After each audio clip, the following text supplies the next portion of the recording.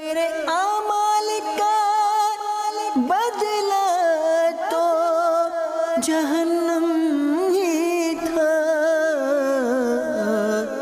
میں تو جاتا مجھے سرکار نے جانے نہ دیا۔ الحمدللہ رب العالمین والصلاة والسلام علی سید المرسلین، اما بعد فاعوذ باللہ من الشیطان الرجیم، بسم اللہ الرحمن الرحیم۔ پڑھیے الصلاة والسلام علیک یا رسول اللہ وعلی آلک واصحابک یا حبیب اللہ۔ الصلاة والسلام علیک یا نبی اللہ وعلی آلک واصحابک یا نور اللہ۔ بہت ہی خوبصورت درود پاک کی فضیلت سنتے ہیں۔ حضرت سیدنا حفص بن عبداللہ رحمۃ اللہ تعالی علیہ کا بیان ہے کہ میں نے امام المحدثین سیدنا ابو زرعہ رحمۃ اللہ تعالی علیہ کو ان کی وفات کے بعد خواب میں دیکھا۔ وہ پہلے آسمان پر فرشتوں کو نماز پڑھا رہے تھے، یعنی فرشتوں کی امامت کر رہے تھے۔ تو میں نے ان سے دریافت کیا، اے ابو زرعہ، آپ کو ایسا انعام، ایسا اکرام کیوں ملا؟ آپ فرشتوں کی امام بن گئے۔ انہوں نے ارشاد فرمایا کہ میں نے اپنے ہاتھ سے 10 لاکھ حدیثیں لکھی ہیں، اور ہر حدیث میں عن النبی کے بعد صلی اللہ علیہ وسلم لکھا ہے، اور تم جانتے ہو کہ نبی رحمت صلی اللہ تعالی علیہ وسلم کا فرمان عالی شان ہے، جو مسلمان مجھ پر ایک مرتبہ درود شریف پڑھتا ہے، اللہ عز و جل اس پر 10 رحمتیں نازل فرماتا ہے۔ اب آپ سوچئے کہ بندہ ایک بار درود پاک پڑھے تو 10 رحمتیں ملتی ہیں۔ اس واقعے سے 2 باتیں سیکھنے کو ملی۔ ایک تو یہ سیکھنے کو ملی کہ جب بھی کچھ لکھنا چاہیے، ٹھیک ہے، تو اس کو جب پیارے آقا علیہ الصلوۃ والسلام کا نام نامی آئے تو اچھے انداز میں درود پاک لکھیں۔ بعض لوگ یہاں بھی ڈنڈی مار جاتے ہیں، صاد لکھ دیتے ہیں۔ علماء کہتے ہیں صاد لکھنا نبی پاک کے نام کے بعد، یا صلعم لکھنا، یہ ناجائز اور حرام ہے۔ سارا دن تمہیں لکھنے میں کوئی جو ہے وہ تھکن نہیں ہوتی، پورے صفحے بھر دو، جب پیارے آقا کے نام کی باری آئے تو درود پاک پہ شارٹ فارم لکھنا ہے، ایسا نہیں کرنا چاہیے، ٹھیک ہے۔ اسی طرح اپنے نام کے ساتھ بھی جو ایم لکھ دیتے ہیں، محمد یوسف نام ہے تو ایم یوسف، یہ نہیں لکھنا چاہیے، یا تو پورا نام لکھیں۔ لیکن خاص طور پہ جب نبی پاک کی بات آئے تو پورا درود پاک لکھیں، اور علماء فرماتے ہیں جب تک وہ درود لکھا رہے گا، جب تک لکھنے والے کو ثواب ملتا رہے گا۔ تو بلکہ میں تو مشورہ دوں گا کہ جب آپ کی کوئی ڈائری ہو، کوئی ایسی کتاب ہو جو بڑی امپورٹنٹ ہو آپ کے لیے، آپ سنبھالیں گے بھی، خیال بھی رکھیں گے، تو اس کے پہلے صفحے پر اچھے انداز میں بسم اللہ الرحمن الرحیم بھی لکھیں، الصلاۃ والسلام علیک یا رسول اللہ صلی اللہ تعالی علیہ وسلم بھی لکھ دیں۔ یہ جب تک لکھا رہے گا آپ کو ثواب ملتا رہے گا۔ ہاں، اس کا خیال بھی رکھیں۔ ایک بات دوسری، اس روایت سے کیا سمجھ آئی کہ ایک بار درود پڑھنے پر 10 رحمتیں، ٹھیک ہے۔ تو یہاں بہت سارے امپلائیز ہیں جو کام کرتے ہیں، بہت سارے ایسے ہیں جو مہمان ہیں۔ آپ سوچیں ہمارا سارا دن ٹھیک ہے مصروف گزرتا ہے، مگر بہت سارے کام ایسے ہیں جو ہم ہاتھوں سے کر رہے ہوتے ہیں، ہماری زبان فارغ ہوتی ہے۔ ہم چاہیں تو ہاتھ بھی کام کرتے رہیں اور زبان بھی نیکیاں کماتی رہے۔ اب جو ڈرائیونگ کر رہا ہے، گاڑی چلا رہا ہے، موٹر سائیکل چلا رہا ہے، زبان تو فارغ ہے نا۔ کئی بد نصیب گاڑی چلاتے ہوئے گانے گا رہے ہوتے ہیں، موٹر سائیکل چلاتے ہوئے بھی جناب گنگنا رہے ہوتے ہیں۔ کیا ہی اچھا ہو کہ میں گاڑی بھی چلا رہا ہوں تو زبان اللہ اور اس کے رسول کا نام لیتی رہے۔ اسکوٹر چلا رہا ہوں تو سارا راستہ درود پڑھتا پڑھتا آ جاؤں۔ سارے راستے رحمتیں برس رہی ہیں نا۔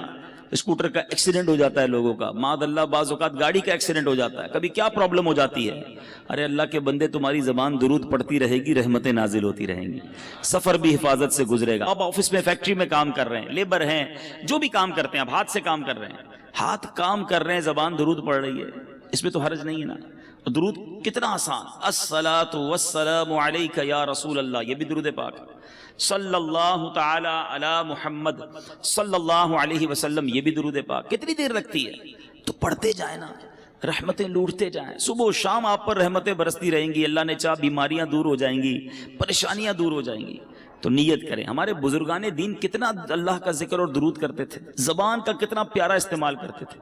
ایک بزرگ کے بارے میں آتا ہے آپ جدھر سے گزرتے تھے نا درود پاک پڑھتے پڑھتے گزرتے یا ذکر اللہ کرتے کرتے گزرتے، ایک بار ایک راستے سے گزرے، دوبارہ آئے، دوبارہ اسی راستے سے گزرے، تو کسی نے کہا حضرت ابھی تو گزر کے گئے تھے، فرماتے ہیں ہاں گزر کر گیا تھا مگر اس راستے سے اللہ کا ذکر کرنا بھول گیا تھا۔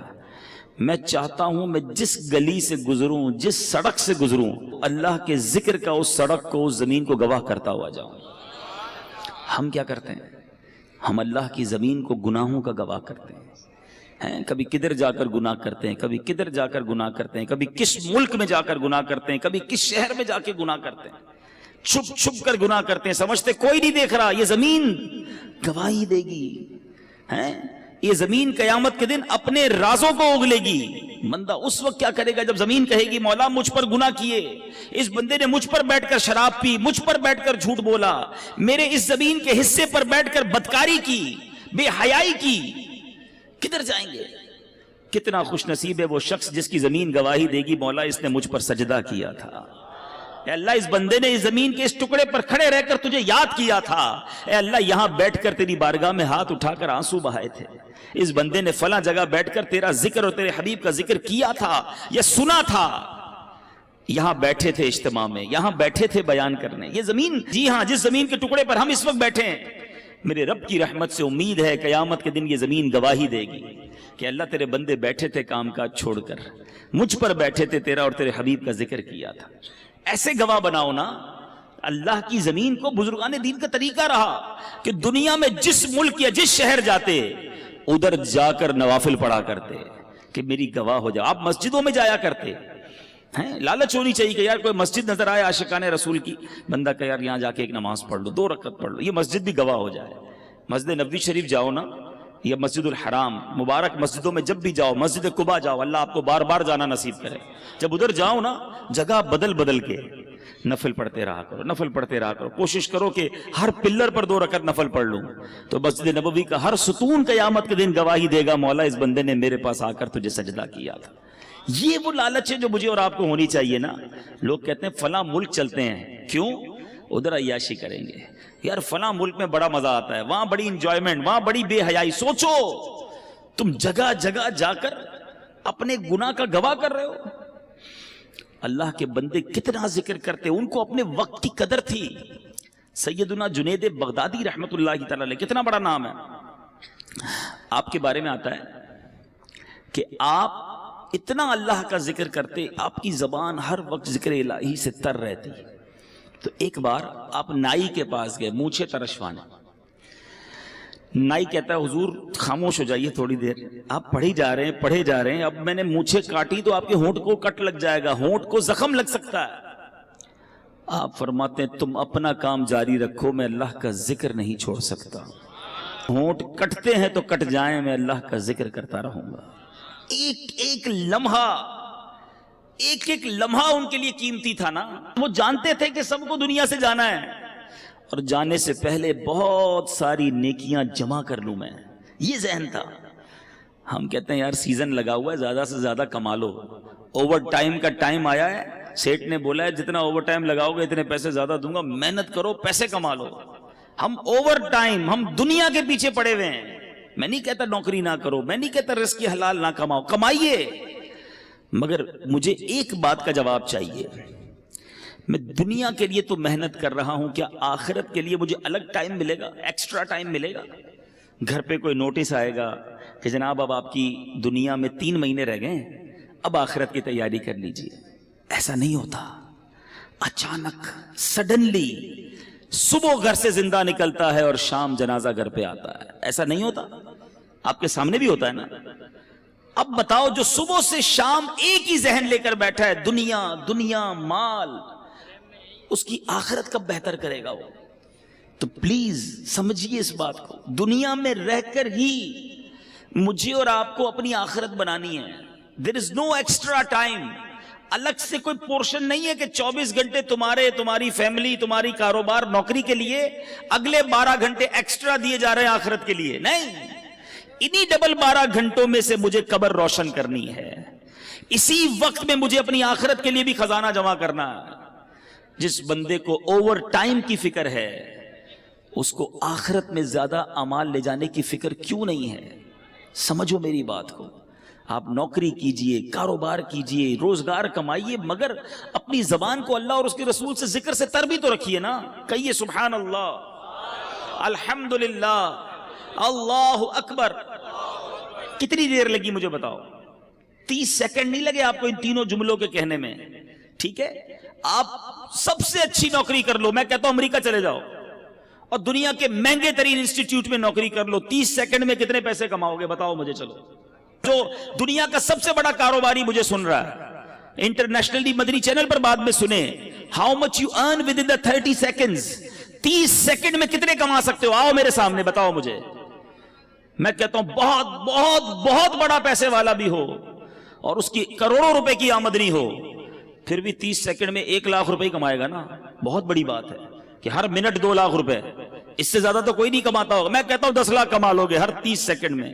ایسے پاسبل نہیں ہے، ایزیوم کر لیتے ہیں، ایکسٹرا ہم نے پلس کر لیا اس کو. ٹھیک ہے، میں مان لیتا ہوں کہ تم 30 سیکنڈ میں 10 لاکھ کما سکتے ہو. حالانکہ یہاں تو میرے ایسے بھائی ہیں جو 30 سیکنڈ میں 30 روپے بھی نہیں کماتے ہوں گے. ٹھیک ہے نا، 30 سیکنڈ تو کچھ بھی نہیں ہے نا، مگر آپ کو اندازہ نہیں ہے آپ نے کیا کما لیا ہے. کیا کہا آپ نے؟ دوبارہ کہو سبحان اللہ. کیا کہا آپ نے؟ الحمدللہ. پھر کیا کہا تھا؟ اللہ اکبر. مبارک ہو تمہیں. دنیا کے پیچھے کیوں بھاگوں میں؟ یہ دنیا والے دیتے کیا ہیں؟ سنو میرا رب کیا دیتا ہے. رب کے حبیب کے سچے وعدے کیا دیتے ہیں. اللہ کے حبیب فرماتے ہیں صلی اللہ تعالی علیہ وسلم، جس کا مضمون ہے جو ایک بار سبحان اللہ کہے اس کے لیے جنت میں درخت لگا دیا جاتا. جو ایک بار الحمدللہ کہے جنت میں درخت لگا دیا جاتا. ایک بار اللہ اکبر کہے جنت میں درخت لگ جاتا ہے. چلیں واپس آتا ہوں اسی فارمولے پر. جس نے 10 لاکھ روپے کمائے 30 سیکنڈ میں، ہے کوئی جو 10 لاکھ روپے میں مجھے جنت کا ایک درخت دلا دے؟ پتا دلا دے، درخت تو چھوڑو. تمہارے کروڑوں روپے جمع ہو جائیں تو جنت میں داخل بھی نہیں ہو سکتے. مگر اللہ کے نبی کے سچے وعدے ہیں. میں مسلمان ہوں نا، مجھے اپنے نبی کے ہر بات پر یقین ہونا چاہیے. اللہ کے حبیب نے فرمایا ہے ایک بار سبحان اللہ کہو جنت میں درخت لگ جاتا ہے. اب سوچو یار کتنا آسان ہے نیکیاں کمانا. تو کریے نا کام، کریے نوکری، لیکن زبان تو سبحان اللہ کہتی رہے نا، زبان تو الحمدللہ کہتی رہے، درود پڑھتی رہے. کیوں میں وقت ضائع کروں؟ ہماری زبان غیبتیں کر رہی ہے، ہماری زبان گالیاں دے رہی ہے، ہماری زبان جھوٹ بول رہی ہے، ہماری زبان مسلمانوں کا دل توڑ رہی ہے. آپ سوچو نا یہ زبان کتنی بڑی نعمت ہے. ارے اس زبان سے بندہ روزانہ لاکھوں کروڑوں نیکیاں کما سکتا ہے. مگر کتنا بد نصیب ہے وہ مسلمان جو اسی زبان سے نیکیاں تو درکنار سارا دن گناہ کما رہا ہے. گالیاں دے کر، جھوٹ بول کر، گندی باتیں کر کے، بے پردہ بے حیا لڑکیوں سے دوستیاں لگا کر، ساری رات فون پہ بات کر کے کیا کر رہے ہو آپ؟ سوچو اللہ کو کیا جواب دو گے؟ مرنا ہم سب نے. میں بات جو کر رہا ہوں اللہ کرے میری بات آپ سمجھیں کہ ہمارے پاس ایکسٹرا ٹائم نہیں ہوگا. میں کل ایک ایسی شخصیت سے، ایسے بندے سے مل کے آیا ہوں جس نے مجھے اداس کر دیا. آپ کے حیدرآباد کا شخص ہے، ان کو لیور کا، کڈنی کا کینسر ہو گیا. 52 سال عمر ہے اور وہ بندہ کہتا ہے میں 16 سال تک حیدرآباد سے نوری آباد جاتا رہا، نوکری کرتا رہا، بالکل فٹ فاٹ، کوئی پرابلم نہیں. ماشاءاللہ اس کے جوان بیٹے ہیں، اللہ نے بہت دیا ہے اس گھر کو. میں کل دیکھتا رہا، میں تو یہ سوچتا رہا یار یہ عمر بھی اتنی نہیں ہے. میں نے کہا ہوا کیا آپ کو؟ کہتے کچھ بھی نہیں تھا مجھے. رمضان میں مجھے کڈنی میں یہاں درد ہوتا رہا، ڈاکٹرز کو دکھایا، ٹیسٹ کرائے، ڈاکٹر کہتے ہیں کینسر کا آخری سٹیج ہے. میں سوچتا رہا یار کتنی پلاننگ، کتنے ارادے، یہ کروں گا تو بچوں کی شادی. اب اس بندے سے کھڑا نہیں ہوا جا رہا تھا. رمضان اور ابھی کتنے مہینے ہوئے ہیں؟ 6 مہینے تقریباً. 6 مہینے میں ختم ہو گیا وہ بندہ. اللہ سے پھر دعا کرتا ہوں اللہ اسے شفا عطا فرمائے. مگر مجھے ہلا گیا وہ شخص، میں سوچتا رہ گیا. اللہ کی رحمت سے میں نے اکیلے میں اس کو بٹھا کر پھر کلمہ پڑھایا، توبہ، کیونکہ مجھے بڑا ڈر لگ رہا تھا. اللہ اس کو ہمت دے، طاقت دے، اس کو شفا کاملہ دے. مگر ودن 6 مہینے دنیا ختم ہو گئی نا. 6 مہینے تو دور کی بات ہے، ادھر بندہ صبح جاتا ہے رات جنازہ آتا ہے. مگر ہماری پلاننگ ہی عجیب ہے، ہمارا جینے کا انداز ہی عجیب ہے. ہمیں لگتا ہے مرنا ہی نہیں ہے. ہماری زندگی میں سارا شیڈول ہے کہ اتنے سال بعد شادی کروں گا، شادی ہو گئی تو بچے ہوں گے، بچوں کو پھر فلاں اسکول میں پڑھاؤں گا، اس کے بعد بچوں کی شادیاں کروں گا، ایک گھر ہے تو بڑا گھر لوں گا، ایک فیکٹری ہے تو اور فیکٹری لگاؤں گا. یہی پلاننگ. مروں گا تو کیا کروں گا؟ اس کی پلاننگ. قبر میں جاؤں گا تو وہ روشن ہوگی کہ نہیں, اس کی پلاننگ. قبر میں جاؤں گا تو لے کر کیا جاؤں گا, اس کی پلاننگ. کسی نے دفن ہوتے ہوئے کسی کو دیکھا ہے؟ کوئی ہے جو تدفین کے وقت سارے گئے ہوں گے. کبھی قبر کے اندر کوئی تجوری دیکھی ہے کہ آپ نے دیکھا ہو قبر میں تجوری ہو, سارا سونا, سارے بانڈ, سارے پیسے اس میں ڈال کر لاک لگا کے مردہ لے گیا ہو؟ قبر میں کوئی تجوری نہیں. کفن میں کوئی جیب دیکھا ہے؟ کفن میں کوئی جیب نہیں. سوچو, خالی جانا ہے, سب ادھر ہی رہ جائے گا. کیا جائے گا ساتھ؟ میرے نیکیاں, اچھے اعمال کتنے ہیں؟ اب سوال یہ ہے نا, جب جاگا جو میرے ساتھ جائے گا وہ کتنے ہیں, اس کی کتنی تیاری ہے؟ ابھی جوان بیٹھے ہیں سارے, کہتے ہیں جناب بالکل نیکیاں کریں گے, لیکن ابھی تو مزے کی عمر ہے نا. 50 سال کا ہو جاؤں پھر اللہ اللہ ہی کروں گا, پھر تو داڑھی بھی رکھ لوں گا, پھر نماز بھی پڑھوں گا, پھر روزے بھی رکھوں گا. ابھی تو مزے کے دن ہیں. کیا جوان نہیں مرتے؟ کیا نوجوانوں کو مرتے نہیں دیکھا؟ کب تیاری کرو گے؟ ایسے کئی جوان پہنچ گئے قبر میں جنہوں نے نیت کی تھی بوڑھا ہو کر نماز پڑھوں گا, نہیں ملا بوڑھا ہونے کا موقع. ایسے کئی لوگ قبر میں پہنچ گئے جنہوں نے نیت کی تھی مدینے جاؤں گا پھر داڑھی رکھوں گا, نہیں جا سکے اور چلے گئے قبر میں. ایسے کئی چلے گئے قبر میں جنہوں نے کہا تھا اگلی رمضان سے پورے روزے رکھوں گا, رمضان نہیں آیا وہ قبر میں چلے گئے. ہوئے نام ور بے نشاں کیسے کیسے, زمین کھا گئی نوجوان کیسے کیسے. جگہ جی لگانے کی دنیا نہیں ہے, یہ عبرت کی جا ہے, تماشا نہیں ہے. اللہ کی رحمت سے میں آپ کو جو بات سمجھانا چاہ رہا ہوں نا, میں یہ نہیں کہتا زندگی کو جب آپ ساری زندگی چھوڑ دو, آپ کاروبار کیجئے, حلال کیجئے, نوکری کیجئے, حلال کیجئے, اپنی فیملی کے ساتھ وقت گزاریے, بالکل گزاریے, اپنے بچوں کے ساتھ خوش رہیے, خوش رہیے. شریعت نہیں کہتی کہ جناب آپ ساری فیملی گھر بار چھوڑ کر فقط اللہ اللہ کرتے رہیں. گھر بار, کاروبار, family, every thing is okay, enjoy کیجئے اپنی لائف کو, مگر شریعت کے دائرے میں رہ کر, نماز کی پابندی کر کے, حلال روزی کما کے, جھوٹ, غیبت, بدگمانی, بد کلامی, بد اخلاقی, اس سے بچ کر, بے حیائی سے بچ کر کیا زندگی انجوائے نہیں کی جا سکتی؟ شیطان ہمارے دل میں یہ ڈالتا ہے کہ گناہ کر کے ہی انجوائمنٹ ہے, یہ غلطی ہے. ساری رات فلم دیکھنے والے کو کیا پتا کہ رات اللہ کے نبی کی یاد میں آنسو بہانے کا مزہ کیا ہے. وہ سمجھتا ہے فلموں میں ہی مزہ ہے. ساری رات ٹیلی فون پر گندی کرنے کی بجائے کسی کو کیا پتا کہ سو کر تہجد پڑھ کے اللہ کی بارگاہ میں آنسو بہانے کا لطف کیا ہے. وہ لطف دیکھا نہیں ہے نا. جس کو فلموں کی عادت ہے وہ سمجھتا ہے فلم دیکھوں گا نہیں تو نیند ہی نہیں آئے گی. لیکن جس کو عشق رسول کی لت پڑ جائے, آئے ہائے, جس کو پیارے آقا سے محبت ہو جائے, دنیا کی لڑکیوں سے اور بے حیا عورتوں سے دوستیاں کرتے ہو, اللہ کے حبیب سے محبت کر لو, ہر آنسو تمہارا رتبہ بڑھائے گا. نیند کروٹ بدل کر نہیں آئے گی جب ندینے والے کی یاد آئے گی, مگر وہ بے قراری میں بھی سکون آئے گا. کیا خوبصورت بات مولانا حسن رضا خان صاحب لکھتے ہیں نا, میرے دل کو درد الفت وہ سکون دے الہی, میری بے قراریوں کو نہ کبھی قرار آئے, نہیں چاہیے ہمیں قرار. پیارے آقا کے عشق کی بے قراری مل جائے تو پھر بے قراری کا ہی لطف ہے. ہاں یہ وہ آگ ہے, دنیا کے عشق میں کوئی گرفتار ہوتا ہے نا اسے آگ لگتی ہے, پرابلم ہوتی ہے, نہیں مزہ آتا محبوب کے بغیر. اور اگر محبوب نہ سنے, بات نہ مانے, محبوب سے جو چاہتا ہے وہ نہ ملے تو وہ بے قرار ہی رہتا ہے, آگ لگ جاتی ہے دل میں. آؤ میں بتاتا ہوں, ایک آگ عشق کی ایسی ہے جو لگا لو جہنم کی آگ بجھ جائے گی. اعلیٰ حضرت لکھتے ہیں, اے عشق تیرے صدقے جلنے سے چھٹے سستے, اے عشق تیرے صدقے جلنے سے چھٹے سستے, جو آگ بجھا دے گی وہ آگ لگائی ہے. یہ آگ لگاؤ نا جو وہ آگ بجھا دے. تو اے میرے میٹھے اسلامی بھائیوں, میں چلا تو کچھ اور بیان کرنے تھا, مگر چلیں یہ باتیں بھی بڑی پیاری ہیں کہ زبان کا صحیح استعمال کریں, اپنے وقت کی قدر کریں. یہ وقت جو ہے نا یہ موتی ہیں, سانس کی مالا جو ہے نا, دیکھیں کبھی غور کیا ہم نے, جو ہماری جو بریتھ ہے, سانس ہے, یہ ساری کاؤنٹنگ کی ہوئی ہیں, آپ کو معلوم ہے. یعنی ہماری سانسیں بھی یہ گنی ہوئی ہیں. اگر بندہ اس کی قدر نہ کرے تو یہ سانسیں تو ختم ہو جائیں گی نا. اے میرے میٹھے اسلامی بھائیوں, ایک ایک سانس کاؤنٹڈ ہے. میں نے آپ سے گفتگو کے دوران بہت ساری سانسیں لے لی ہیں اور آپ نے بہت ساری سانسیں لے لی ہیں. یہ اتنی سانسیں میری ختم ہو گئیں, اب نہیں پتہ کتنی باقی ہیں. ہم سب کا موت کا وقت مقرر ہے, ڈسائیڈڈ ہے, ہمیں نہیں پتا. اچھا پتہ ہے موت کا وقت بھی مقرر ہے اور موت کی جگہ بھی مقرر ہے.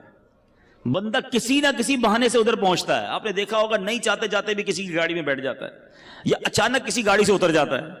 جو اتر جاتا ہے وہ بچ جاتا ہے, جو بیٹھ جاتا ہے وہ چلا جاتا ہے. سنا ہوگا نا آپ, کیا تھا؟ وقت مقرر تھا. جو اتر گیا اس کا ٹائم نہیں آیا تھا. اٹ مینز آگاہ اپنی موت سے کوئی بشر نہیں, آگاہ اپنی موت سے کوئی بشر نہیں. سامان 100 برس کا ہے, پل کی خبر نہیں. اب سوچئے میرے میٹھے اسلامی بھائیوں, جب پل کی خبر نہیں ہے تو پھر برسوں کی فکر کیوں کرتے ہو؟ پتہ ہے صبح جب ہوتی ہے تو دن کیا اعلان کرتا ہے؟ ابھی دن نکلا ہوا ہے نا. پیارے آقا علیہ الصلوۃ والسلام فرماتے ہیں جب روز صبح سورج طلوع ہوتا ہے, نکلتا ہے, تو اس وقت دن یہ اعلان کرتا ہے کہ آج کوئی اچھا کام کرنا ہے تو کر لو, میں پھر پلٹ کر نہیں آؤں گا. آج کا دن کل نہیں آئے گا, پھر کبھی نہیں آئے گا ہماری زندگی میں, لیکن ہمیں احساس ہی نہیں ہے. آپ میں سے بہت ساروں نے اسٹوڈنٹ لائف گزاری ہوگی نا, اسکول کی لائف گزاری ہوگی, مدرسے میں پڑھے ہوں گے. جب امتحان آتے تھے تو کیا کرتے تھے؟ بالکل امتحان قریب آ جاتا تھا, ٹینشن. بعض طلبہ کو نیند نہیں آتی تھی, یار کل کیا ہوگا, امتحان کیسے دیں گے. رات بھر جا کے تیاری, دوستوں کو بلایا, فون کیا, نوٹس لیے. جیسے جیسے امتحان قریب آتا گیا طالب علم کی بے چینی بڑھتی گئی. ہم بھی تو ایک امتحان کے قریب ہو رہے ہیں. آپ کو معلوم ہے ہر گزرتا دن ہم قبر کے قریب ہو رہے ہیں. یہ تو طے ہے نا. برتھ ڈے مناتے لوگ, بڑا خوش ہوتے ہیں, 1 سال جناب 40 سال کا ہو گیا. اللہ کے بندے 1 سال تیری زندگی سے کم ہو گیا. ہیپی نیو ایئر مناتے ہیں. آج تک سمجھ نہیں آئی, تاریخ بدلتی ہے, ہم بھی وہی رہتے ہیں, ملک بھی وہی رہتا ہے, موسم بھی وہی رہتا ہے, کس بات کی خوشی ہے بھائی؟ اور اس ہیپی نیو ایئر کے نام پر جو طوفان بدتمیزی حرام کام ہو رہے ہیں, کس چیز کی خوشی ہے؟ اللہ کے بندوں اور موت کے قریب ہو رہے ہو. تمہیں تو فکر بڑھنی چاہیے تھی. امتحان کی ڈیٹ قریب آتی تھی ہم بے چین ہو جاتے تھے. ہر روز میں قبر کے قریب ہو رہا ہوں, کبھی تو بے چینی ہو. ایک بار ایک باپ اور بیٹا سوئے ہوئے تھے. بیٹا رات کو اٹھ گیا, رات کو اٹھ کر رونے لگا. باپ نے کہا بیٹا کیوں رو رہے ہو, کیا ہو گیا؟ کہتا ہے ابو جان بات یہ ہے کہ صبح مجھے کل قاری صاحب نے ایک سبق دیا تھا, اب مجھے کل استاد صاحب کو وہ سبق سنانا ہے, سبق یاد نہیں ہوا ہے. اب استاد صاحب کو نہیں سناؤں گا تو انہوں نے سزا دینی ہے. یہ سن کر باپ بھی رونے لگ گیا. کمال کا باپ تھا, رونے لگ گیا. کسی نے پوچھا کہ تم کیوں رو رہے ہو؟ کہتا ہے میرے بیٹے کو ایک سبق یاد نہیں ہے, اس کے لیے رو رہا ہے کہ قاری صاحب کو کیا جواب دوں گا. میں نے تو اللہ کی کتنی نافرمانیاں کی ہیں, اللہ کی بارگاہ میں کھڑا کر کے ہڑا ہوا تو کیا جواب دوں گا. اس کو ایک دن سبق سنانا ہے, اس کو بے چینی ہے, مجھے ساری زندگی کا حساب دینا ہے, میں کیسے سو رہا ہوں.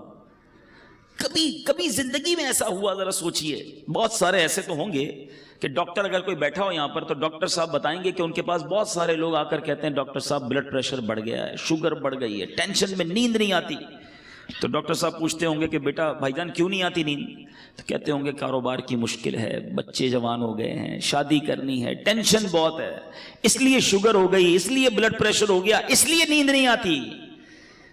کوئی ایک ایسا آتا ہے ڈاکٹر کے پاس, ڈاکٹر صاحب ساری رات سو نہیں سکتا کہ میری مغفرت ہوگی کہ نہیں, میں بخشا جاؤں گا کہ نہیں, میں ایمان سلامت لے کر جاؤں گا کہ نہیں. ہو سکتا ہے آپ میں سے کوئی سوچے یار یہ کیسی باتیں کر رہے ہیں, یہ بھی کوئی ٹینشن ہے؟ ارے اللہ والوں کو اس کی کتنی ٹینشن ہوتی تھی.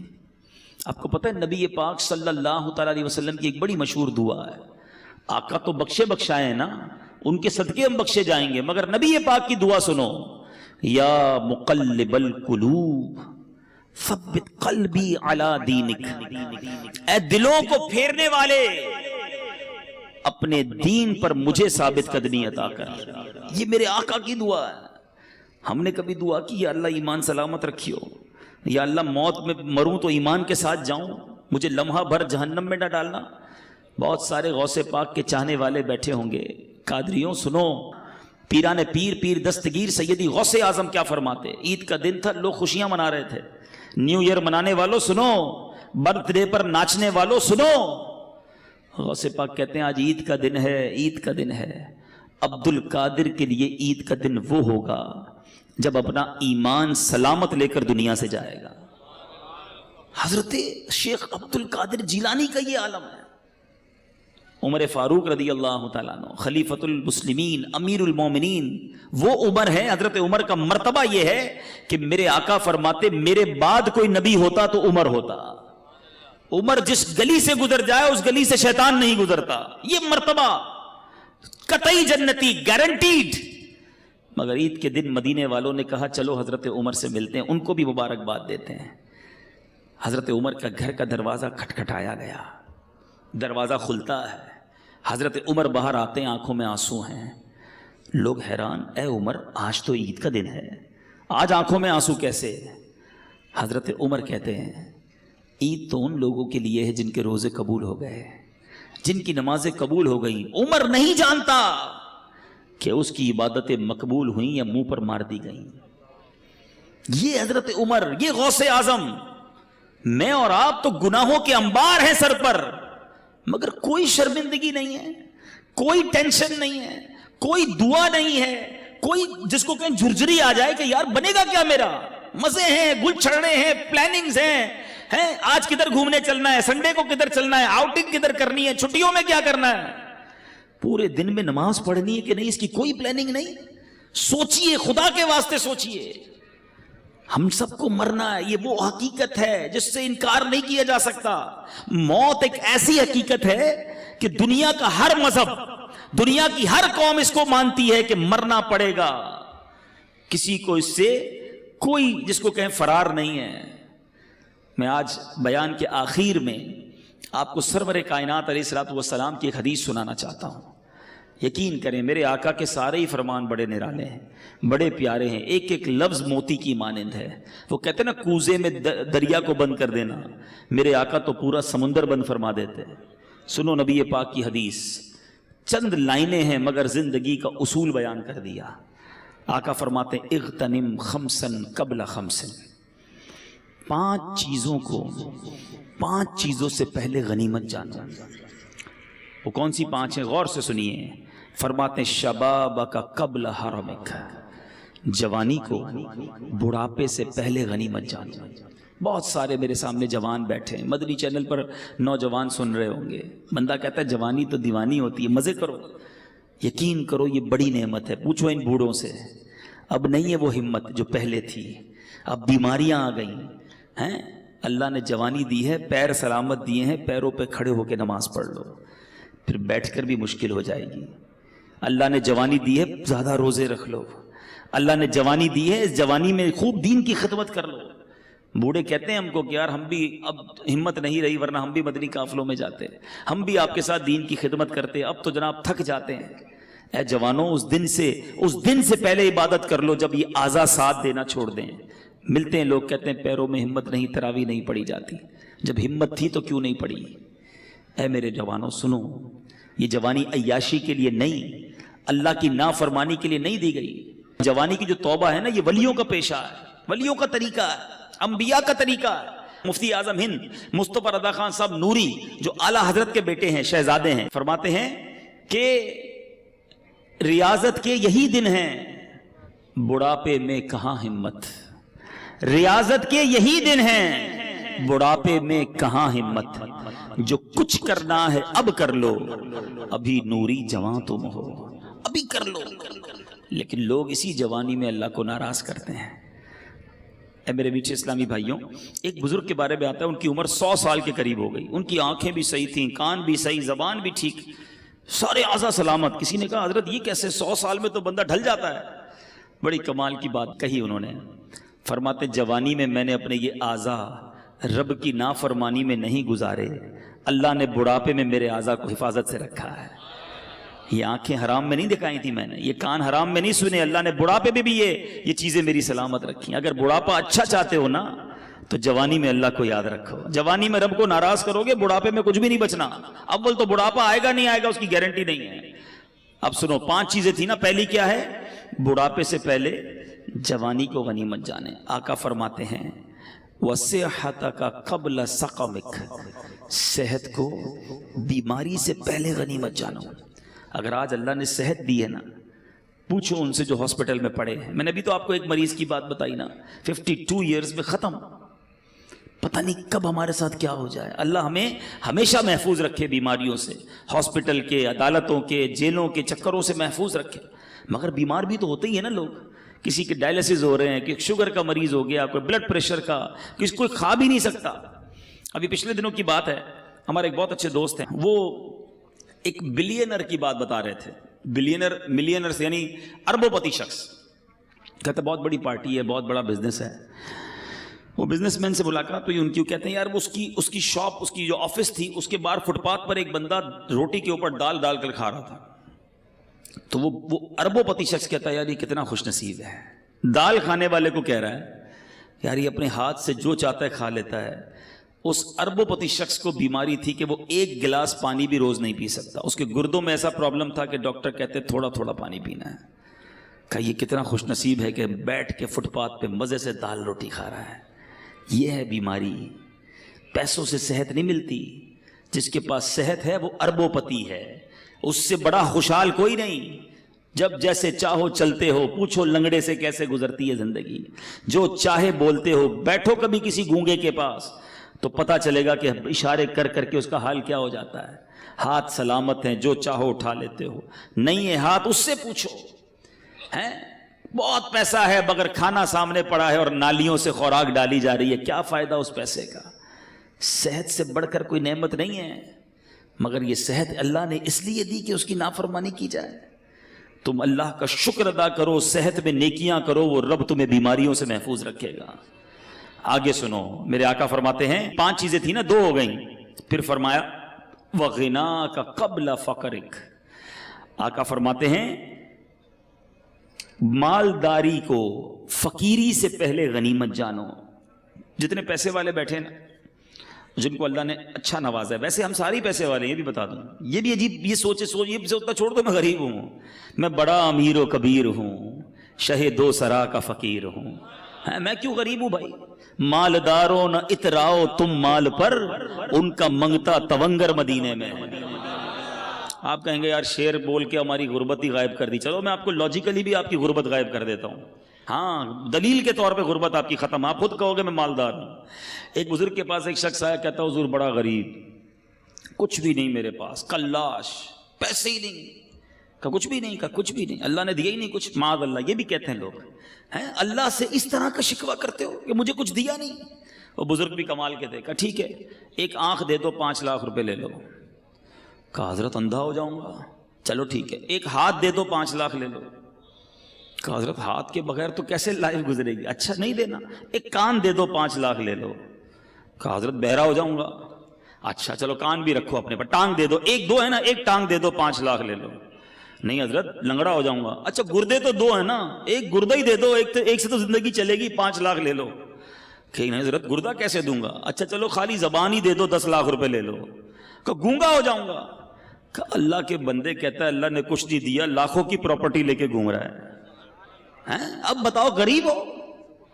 اربوں روپے کا بھی بندہ نہیں بنتا. ہاں اربوں روپے سے بندہ نہیں بنتا، اللہ نے مجھے بنا دیا فری میں. پھر بولتے ہو غریب ہوں. اللہ کا ہر حال میں شکر ادا کرو. لیکن جس کے پاس پیسے ہیں نا وہ بھی غنیمت جانے. آقا فرماتے ہیں وَغِنَاكَ قَبْلَ فَقْرِكَ. اپنی غنا کو، اپنی امیری کو فقیری سے پہلے غنیمت جانو. آپ سب بیٹھے، یہ بزرگ بیٹھے سفید داڑھیوں والے، پوچھو ان سے. انہوں نے کئی امیروں کو دیکھا ہوگا جو غریب ہو گئے. زیرو ہو جاتا ہے بندہ، اچانک چکر گھومتا ہے.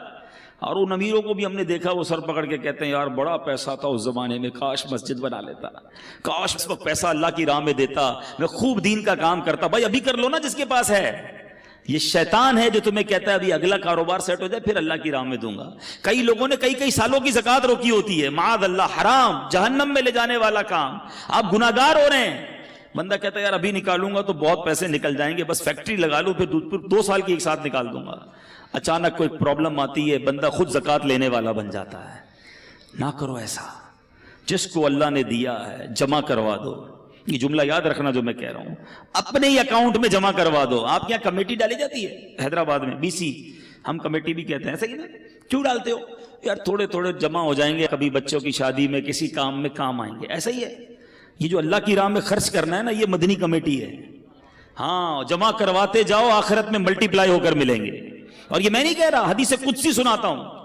اللہ کے حبیب فرماتے ہیں کہ رب ارشاد فرماتا ہے, اس کا مضمون یہ ہے, اے ابن آدم, سنو الفاظ, سننا ایمان تازہ ہو جائے گا. ادھر ادھر کی انشورنس کرانے والوں سنو. اللہ فرماتا ہے اے ابن آدم, اپنا مال میرے پاس جمع کروا دے. اللہ فرما رہا ہے, مال بھی اللہ کا ہے, پھر بھی فرماتا ہے تیرا مال میرے پاس جمع کروا دے, نہ جلے گا, نہ ڈوبے گا, نہ کم ہوگا. گارنٹی دیکھو, نہ جلے گا, نہ ڈوبے گا, نہ کم ہوگا, بلکہ میں تجھے اس دن لوٹاؤں گا جب تجھے ایک ایک نیکی کی ضرورت ہوگی.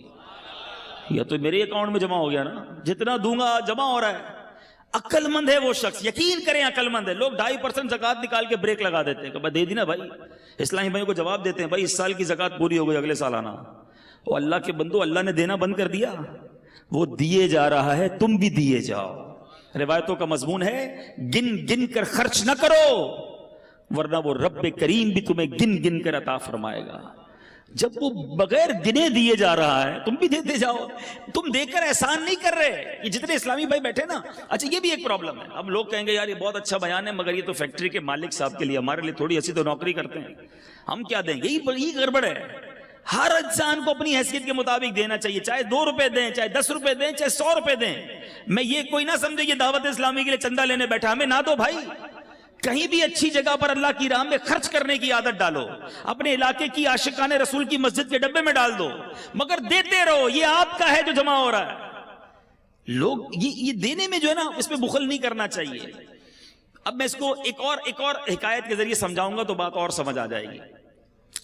ایک ملک میں ایک بادشاہ نے مقابلہ کیا, ایک کمپٹیشن اناؤنس کیا. بڑا عجیب مقابلہ تھا, اور وہ مقابلہ یہ تھا کہ پورے ملک میں سب سے بڑا بے وقوف کون ہے. بڑا عجیب مقابلہ, بے وقوفی کا بھی مقابلہ ہوتا ہے. چلو بادشاہ صاحب نے رکھوا لیا, ٹیسٹ ہوئے, امتحان ہوئے, مقابلے ہوئے, وزیروں نے سلیکٹ کیا کہ ہی از دا بگیسٹ فول, یہ سب سے بڑا بے وقوف ہے ہمارے ملک میں. بادشاہ نے کہا چیک کر لیا, کہا جناب چیک ہو گیا. بادشاہ نے اپنی سونے کی, ہیروں کی مالا اتاری, اس بے وقوف کی گردن میں ڈال دی. بے وقوف بھی چلا گیا, بادشاہ بھی کام میں لگ گیا. کچھ عرصے کے بعد اس بے وقوف کو پتا چلا کہ بادشاہ سلامت بیمار ہو گئے ہیں, اور شدید بیمار ہو گئے ہیں. وہ پہنچ گیا بادشاہ کے پاس, کہا بادشاہ کیا ہوا آپ کو؟ کہا بس اب تو زندگی آخری سٹیج پر ہے, اور میں یہ دنیا چھوڑ کر جا رہا ہوں. تھا تو بے وقوف, اس کو تو نہیں پتا تھا دنیا چھوڑ کر جانے کا مطلب کیا ہے. کہتا اچھا کہیں اور جا رہے ہیں؟ بادشاہ کہتا ہے ہاں یہ دنیا چھوڑ کر دوسری دنیا میں جا رہا ہوں. کہا اچھا ایک بات بتائیں بادشاہ سلامت, آپ کے پاس میں نے دیکھا بڑے پیسے ہیں, بڑے موتی ہیں, ہیرے ہیں, جواہرات ہیں, جدھر جا رہے ہیں ادھر پیسے بھیج دیے نہیں بھیج دیے؟ بادشاہ کہتا ہے ادھر تو میرے پاس پھوٹی کوڑی بھی نہیں ہے. اچھا بادشاہ سلامت, میں دیکھتا ہوں آپ کے آس پاس بہت سارے خادم, کنیز, غلام آگے پیچھے گھوم رہے ہوتے ہیں, جدھر جا رہے ہیں ادھر کچھ غلام, ادھر کچھ خادم ہیں کہ نہیں؟ بادشاہ کہتا ہے ادھر تو ایک بھی خادم نہیں ہے میرے پاس. اچھا بادشاہ میں دیکھ رہا ہوں آپ کا اتنا زبردست محل ہے, ایسے پیارے بیڈ روم ہے, اتنا بڑا بڑا گھر ہے, جدھر جا رہے ہیں ادھر بھی گھر بنا لیا کہ نہیں؟ تو بادشاہ کہتا ہے ادھر تو جھونپڑی بھی نہیں ہے. پتہ اس بے وقوف نے کیا کیا؟ اس نے اپنا ہار اتارا اور بادشاہ کے گلے میں ڈالا. کہا حضور مجھ سے بڑے بے وقوف تو پھر آپ ہوئے نا. آپ کو پتہ ہے دنیا چھوڑ کر جا رہے ہیں, نہ پیسے بھجوائے, نہ گھر بنایا, نہ آپ نے نوکر بھجوائے, آپ کر کیا رہے ہیں؟ ہے یہ حکایت, اللہ کرے دل میں اتر جائے. تم نے ادھر گھر بنایا, ادھر گھر بنایا, ہم نے ادھر پیسے بنائے, ادھر پیسے بھجوائے. سوچو نا, اللہ نے تو دیے تھے بھجوانے کے لیے, ہم ادھر ہی رکھ کے بیٹھے ہوئے ہیں. یہ وہ پیسہ ہے جو تم ادھر بھجوا رہے ہو. آج بھجوا دو, کل کوئی نہیں بھجوائے گا پیچھے تمہارے. مرنے کے بعد بچے گل چھڑے اڑاتے ہیں. اللہ نے دیا ہے, ہمت کرو, اور جمع کرواتے وقت اللہ کا شکر بھی ادا کرو. یہ بھی بڑا پرابلم ہے, اللہ کی راہ میں دیتے ہیں, دل پہ بھار پڑ جاتا ہے. یا اللہ, مجھے ملتے ہیں کئی لوگ ایسے, یار 10 لاکھ روپے زکات کیسے دے دوں؟ اللہ کے بندے, رب نے 4 کروڑ دیے ہیں تو 10 لاکھ زکات بنی ہے نا. شکر ادا کر, سجدہ کر اللہ کی بارگاہ میں. یا اللہ دینے والا بنایا تو نے, مجھے مانگنے والا نہیں بنایا. زکات دیتے وقت, صدقہ دیتے وقت بوجھ آتا ہے تمہارے دل پر, یہ میرے پیسوں کا نصیب ہے, یہ اللہ کی عطا ہے کہ مجھے اللہ نے دینے والا بنایا، اور میں دیتے وقت یہ سوچوں کہ میرا پیسہ مجھ سے دور ہو رہا ہے۔ اس پر اللہ کا شکر ادا کرو۔ فقیر ہونے سے پہلے غنیوں سنو، خرچ کرو اللہ کی راہ میں، غریبوں کی مدد کرو، اپنے پڑوسیوں کی مدد کرو، سب سے پہلے اپنے غریب رشتہ داروں کی مدد کرو۔ دیکھو انشاءاللہ اللہ کتنا دے گا، اور یہ ایک ایک روپیہ تمہیں کام آئے گا قیامت کے دن۔ ایک ایک روپیہ تمہیں جنت میں دے گا اللہ، اور ملٹی پلائی کر کے واپس دے گا۔ ایک روپیہ نہیں دے گا، وہ اپنے کرم سے خزانے عطا فرمائے گا۔ میرے نبی کی اس حدیث کو یاد کر لو، آگے سنو۔ میرے آقا فرماتے ہیں 3 باتیں ہو گئی۔ نبی پاک فرماتے ہیں وَفَرَاغَكَ قَبْلَ شُغْلِكَ، فراغت کو، مصروف ہونے سے پہلے غنیمت جانو۔ کئی اسلامی بھائی بہت فارغ ہوتے ہیں، جاب کی اس کے بعد شام کو فارغ۔ آپ کیا کرتے ہیں شام کو؟ کچھ بھی نہیں کرتا۔ او اللہ کے بندے، کچھ قرآن پڑھ لو، کچھ تفسیر پڑھ لو، قرآن صحیح پڑھنا سیکھ لو، علم دین حاصل کر لو۔ اس فراغت کے ٹائم کو کچھ آخرت کے لیے خرچ کر لو۔ بعد میں جا کے جب احساس ہوتا ہے کہ یار کچھ بھی نہیں سیکھا اور اب ٹائم بھی نہیں ہے، ایسا نہ کرو۔ فراغت بڑی نعمت ہے، جس کے پاس ٹائم ہے اس ٹائم کو اچھے کام میں استعمال کر لو۔ آؤ نا دعوت اسلامی آپ کے سامنے ہے، شامل ہو کر اپنی دنیا بھی بنا رہے ہو، آخرت بھی بنانا شروع کر دو۔ 20 گھنٹے دنیا کو دو، 4 گھنٹے آخرت کو دے دو۔ اچھا 4 زیادہ ہیں، 2 گھنٹے دے دو، 1 گھنٹہ دے دو۔ 23 گھنٹے آپ کے، 1 گھنٹہ تو آخرت کو دو نا۔ پکڑ لو دعوت اسلامی والوں کو، مجھے بتاؤ میں روز 1 گھنٹہ کیا کر سکتا ہوں؟ میں دین کا کام کرنا چاہتا ہوں، اللہ نے مجھے وقت دیا ہے، میں اس وقت میں کوئی سنتوں کی خدمت کر کے جانا چاہتا ہوں۔ مجھ سے کوئی ایسا کام لے لو جو میری مغفرت کا اور ثواب جاریہ کا باعث بن جائے۔ آؤ نا خود آ کے کام کرو۔ نہیں، فارغ ہے تو فلمیں دیکھنی ہے، فارغ ہے تو سوشل میڈیا پر بیٹھ جانا ہے، فارغ ہے تو ریموٹ لے کے ٹی وی دیکھنا ہے۔ خود سوچو، آپ اپنے وقت کو ضائع کر رہے ہو۔ مرنا ہے، وی ہیو ٹو ڈائی۔ کر لو جو کرنا ہے اسی دنیا میں۔ آخری بات میرے آقا فرماتے ہیں وَحَيَاتَكَ قَبْلَ مَوْتِكَ، زندگی کو موت سے پہلے غنیمت جانو۔ مرنے کے بعد ایک سبحان اللہ کہنے کا موقع بھی نہیں ملے گا، مرنے کے بعد ایک نماز پڑھنے کا موقع بھی نہیں ملے گا۔ بندہ مرنے کے بعد اللہ کی بارگاہ میں عرض کرے گا مولا واپس بھیج دے، ایک سجدہ کر لوں، 2 رکعت پڑھ لوں، اے اللہ واپس بھیج، اب ساری زندگی نماز جماعت سے پڑھوں گا، اب تہجد بھی نہیں چھوڑوں گا، امامہ بھی پہنوں گا، داڑھی بھی رکھوں گا۔ یعنی یہ بھی ہو سکتا ہے وہ کہے، پھر چانس نہیں ملنا۔ کر لو جو کرنا ہے اس دنیا میں۔ اللہ کرے کہ دل میں اتر جائے میری بات، سمجھیے اس بات کو۔ دعوت اسلامی بہت پیاری، یقین کریں اللہ کی بہت بڑی نعمت ہے ہمارے لیے۔ یہ تحریک اتنی خوبصورت ہے کہ بزنس مین کو کہتی ہے بزنس بھی کرو، حلال طریقے سے کرو، اس کے بعد آؤ دین کا کام بھی کر لو۔ اسٹوڈنٹ ہو آپ اسٹڈی پڑھیں، صحیح طریقے سے پڑھیں، حلال طریقے سے پڑھیں، اپنے اسکول میں بھی دین کا کام کر لو۔